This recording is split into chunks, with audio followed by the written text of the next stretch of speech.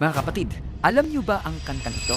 Amazing Grace, how sweet the sound. Ang tanong, alam niyo ba ang kwento sa likod ng kantang ito? It's story time! Si John Newton ay isang naging rebelyoso at mapang-abuso sa alak. Sa loob ng maraming taon, siya ay nasangkot sa mga transaksyon ng kalakalan ng alipin. Una bilang isang tripulante at kalaunan siya ay naging kapitan ng barko.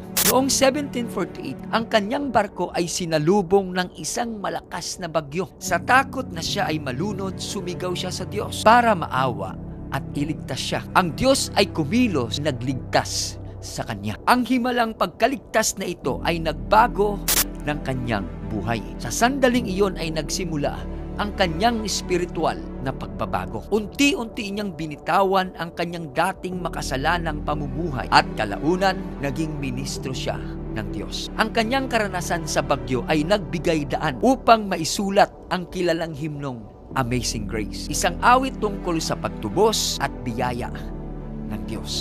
Aral ng kwento: ang matinding pagsubok sa buhay mo, kagaya ng bagyo o anumang pagsubok na mayroon ka, ay maaaring daan upang marinig natin ang tinig ng Diyos at magbago ng ating buhay.